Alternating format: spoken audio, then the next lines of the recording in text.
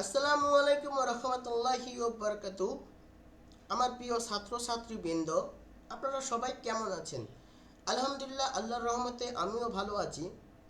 তো আমার প্রিয় ছাত্রছাত্রীবৃন্দ, আজকে আমি আপনাদের বাংলা ব্যাকরণের একটি অধ্যায়, প্রথম অধ্যায় ভাষা ভাষা সম্পর্কে আপনাদের কিছুটা জানাবো। আপনারা সবাই বই বের করুন, বাংলা ব্যাকরণ বই, নবম ও দশম শ্রেণীর বাংলা ব্যাকরণ বই। ভাষা ভাষাকে জানতে হলে আগে আমাদের জানতে হবে ভাষার সংজ্ঞা। তাহলে ভাষার সংজ্ঞা সম্পর্কে আমরা একটু পড়ি। মানুষ তার মনের ভাব অন্যের কাছে প্রকাশ করার জন্য কণ্ঠধ্বনি এবং হাত পা, চোখ ইত্যাদি অঙ্গ প্রত্যঙ্গের সাহায্যে ইঙ্গিত করে থাকে। কণ্ঠধ্বনির সাহায্যে মানুষ যত বেশি পরিমাণ মনোভাব প্রকাশ করতে পারে, ইঙ্গিতের সাহায্যে ততটা পারে না। আর কণ্ঠধ্বনির সহায়তায় মানুষ তার সূক্ষ্মাতিসূক্ষ্ম ভাবও প্রকাশ করতে সমর্থ হয়। কণ্ঠধ্বনি বলতে মুখ গহ্বর, কণ্ঠ, নাক ইত্যাদির সাহায্যে উচ্চারিত বোধগম্য ধ্বনি বা ধ্বনি সমষ্টিকেই বোঝায়। এই ধ্বনি হলো ভাষার মূল উপাদান। এই ধ্বনির সাহায্যে ভাষার সৃষ্টি হয়। আবার ধ্বনি সৃষ্টি হয় বাকযন্ত্রের দ্বারা, যেমন গলনালী, মুখ বিবর, কণ্ঠ, জিহ্বা, তালু, দাঁত, নাক ইত্যাদি বাকপ্রত্যঙ্গকে এক কথায় বলা হয় বাকযন্ত্র। এই বাকযন্ত্রের দ্বারা উচ্চারিত অর্থবোধক ধ্বনির সাহায্যে মানুষ ভাব প্রকাশের মাধ্যমকে ভাষা বলে। সকল মানুষের ভাষা বাকযন্ত্রের দ্বারা সৃষ্ট, তবু একই ধ্বনি বা ধ্বনি সমষ্টির অর্থ বিভিন্ন মানব গোষ্ঠীর ক্ষেত্রে বিভিন্ন রকম হতে পারে। এ কারণে বিভিন্ন মানব গোষ্ঠীর জন্য আলাদা আলাদা ভাষার সৃষ্টি হয়েছে। মানুষের কণ্ঠ নিঃসৃত বাক সংকেতের সংগঠনকে ভাষা বলা হয়। অর্থাৎ বাকযন্ত্রের দ্বারা সৃষ্ট অর্থবোধক ধ্বনি সংকেতের সাহায্যে মানুষ ভাব প্রকাশের মাধ্যমই হলো ভাষা। দেশ, কাল ও পরিবেশ ভেদে ভাষার পার্থক্য ও পরিবর্তন ঘটে। বিভিন্ন প্রাকৃতিক পরিবেশে অবস্থান করে মানুষ আপন মনোভাব প্রকাশের উদ্দেশ্য বিভিন্ন বস্তু ও ভাবের জন্য বিভিন্ন ধ্বনির সাহায্যে শব্দের সৃষ্টি করেছে। যেসব শব্দ মূলত নির্দিষ্ট পরিবেশে মানুষের বস্তু ও ভাবের প্রতীক মাত্র। এজন্য আমরা বিভিন্ন দেশে বিভিন্ন ভাষার ব্যবহার দেখতে পাই। সে ভাষাও আবার বিভিন্ন সময় বিভিন্নভাবে উচ্চারিত হয়ে এসেছে। ফলে এ শতকে মানুষ তার দৈনন্দিন জীবনে যে ভাষা ব্যবহার করে, হাজার বছর আগেকার মানুষের ভাষা ঠিক এমনটি ছিল না। বর্তমানে পৃথিবীতে ৩,৫০০-এরও বেশি ভাষা প্রচলিত রয়েছে। তার মধ্যে বাংলা একটি ভাষা।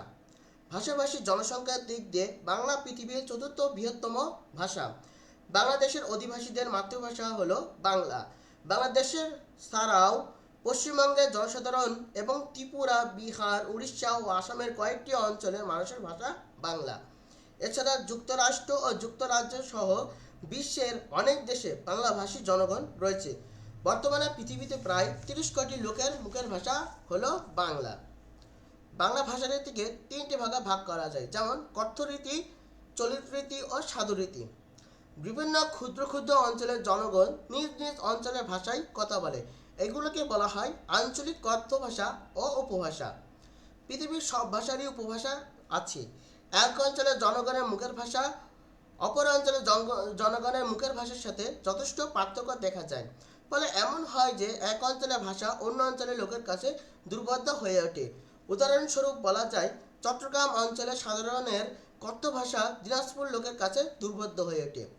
উদাহরণস্বরূপ বলা যায়, চট্টগ্রাম অঞ্চলের সাধারণের কথ্য ভাষা দিনাজপুরের রংপুরের লোকের কাছে খুব সহজবোধ্য নয়। এ ধরনের আঞ্চলিক ভাষাকে বলা ও লেখার ভাষা হিসেবে সর্বজনীন স্বীকৃতি দেওয়া সুবিধাজনক নয়, কারণ তাতে বিভিন্ন আঞ্চলিক ভাষাভাষীদের মধ্যে ভাবের আদান প্রদানের অন্তরায় দেখা দিতে পারে। সে কারণে দেশের শিক্ষিত পণ্ডিত সমাজ একটি আদর্শ ভাষা ব্যবহার করেন। বাংলা ভাষার শিক্ষিত জনগণও এই আদর্শ ভাষাতেই পারস্পরিক আলাপ আলোচনা ও ভাবের আদান প্রদান করে থাকেন। বিভিন্ন জনগণের বা বিভিন্ন অঞ্চলের উপভাষার কথ্যরীতি সম্মানে সৃষ্টজনের ব্যবহৃত এই ভাষাই আদর্শ চলিত ভাষা। এবার আমরা জানব সাধু ও চলিত রীতির পার্থক্য। সাধুরীতি বাংলা লেখ্য সাধুরীতি সুনির্ধারিত ব্যাকরণের নিয়ম অনুসরণ করে চলে এবং এর পদবিন্যাস সুনিয়ন্ত্রিত ও সুনির্দিষ্ট। খ নম্বর, এই রীতি গুরুগম্ভীর ও তৎসম শব্দবহুল। সাধুরীতির নাটকের সংলাপ ও বক্তৃতার অনুপযোগী। এ রীতি সর্বনাম ও ক্রিয়াপদ এক বিশেষ গঠন পদ্ধতি মেনে চলে। এবার জানবো চলিত রীতি। চলিত রীতি পরিবর্তনশীল। 100 বছর আগে যে চলিত রীতি সেই যুগের সৃষ্ট ভদ্রজনের কথিত ভাষা বা মুখের বুলি ভাষা হিসেবে প্রচলিত ছিল, কালের প্রবাহে বর্তমানে তা অনেকটা পরিবর্তিত রূপ লাভ করেছে। এই রীতি তদ্ভব শব্দবহুল। চলিত রীতি সংক্ষিপ্ত ও সহজবোধ্য এবং বক্তৃতা, আলাপ আলোচনা ও নাট্য সংলাপের জন্য বেশি উপযোগী। সাধু রীতিতে ব্যবহৃত সর্বনাম ও ক্রিয়াপদ চলিত রীতিতে পরিবর্তিত সমস্ত রূপ লাভ করেছে। বহু বিশিষ্ট বিশেষণের ক্ষেত্রে এমনটি ঘটে। এবার জানবো আঞ্চলিক ও কথ্য রীতি। সব ভাষারই আঞ্চলিক রূপের বৈচিত্র্য থাকে, বাংলা ভাষারও তা আছে। বিভিন্ন অঞ্চলে কথিত রীতির বিভিন্নতা লক্ষিত হয়, আবার কোথাও কোথাও কারো কারো উচ্চারণে বিভিন্ন অঞ্চলের ভাষা মিশ্রণও লক্ষ্য করা যায়। এবার আমরা জানবো বাংলা ভাষার শব্দ ভাণ্ডার। বাংলা ভাষার গোড়াপত্তনের যুগে স্বল্প সংখ্যক শব্দ নিয়ে যাত্রা শুরু করলেও নানা ভাষার সংস্পর্শে এসে তার শব্দ সম্ভার বহু পরিমাণে বৃদ্ধি পেয়েছে। বাংলাদেশে তুর্কি আগমন ও মুসলিম শাসনের পত্তনের সুযোগে ক্রমে প্রচুর আরবি ও ফার্সি শব্দ বাংলা ভাষার নিজস্ব সম্পদে পরিণত হয়েছে। এরপর এলো ইংরেজদের শাসনামলেও তাদের নিজস্ব সাহিত্য ও সংস্কৃতির বহু শব্দ বাংলা ভাষায় প্রবেশ লাভ করে। বাংলা ভাষা ওই সব ভাষার শব্দগুলোকে আপন করে নিয়েছে এবং বাংলা ভাষায় এই শব্দ সম্ভারের সমাবেশ হয়েছে। সেগুলোকে পণ্ডিতগণ কয়েকটি ভাগে ভাগ করেছেন, যেমন তৎসম শব্দ, তদ্ভব শব্দ, দেশি শব্দ, বিদেশি শব্দ, অর্ধতৎসম শব্দ। তৎসম শব্দ যেসব শব্দ সংস্কৃত ভাষা থেকে সোজাসুজি বাংলায় এসেছে, যাদের রূপ অপরিবর্তিত রয়েছে, সেসব শব্দকে বলা হয় তৎসম শব্দ। তৎসম একটি পারিভাষিক শব্দ, যেমন চন্দ্র, সূর্য, নক্ষত্র, ভবন, ধর্ম, পাত্র, মনুষ্য ইত্যাদি।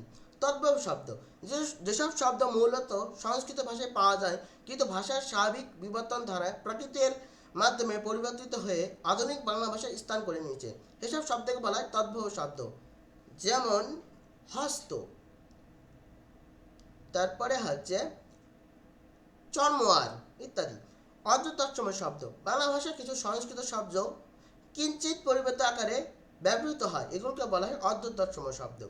দেশি শব্দ বাংলাদেশের আদিম অধিবাসীদের যেমন কোল, মুন্ডা প্রভৃতি বাংলা ভাষা ও সংস্কৃতির কিছু কিছু উপাদানে বাংলায় রক্ষিত রয়েছে, যেমন কুলা, গঞ্জ, চোঙ্গা, টপর, ডাব, ডাবর, ঢেকি ইত্যাদি।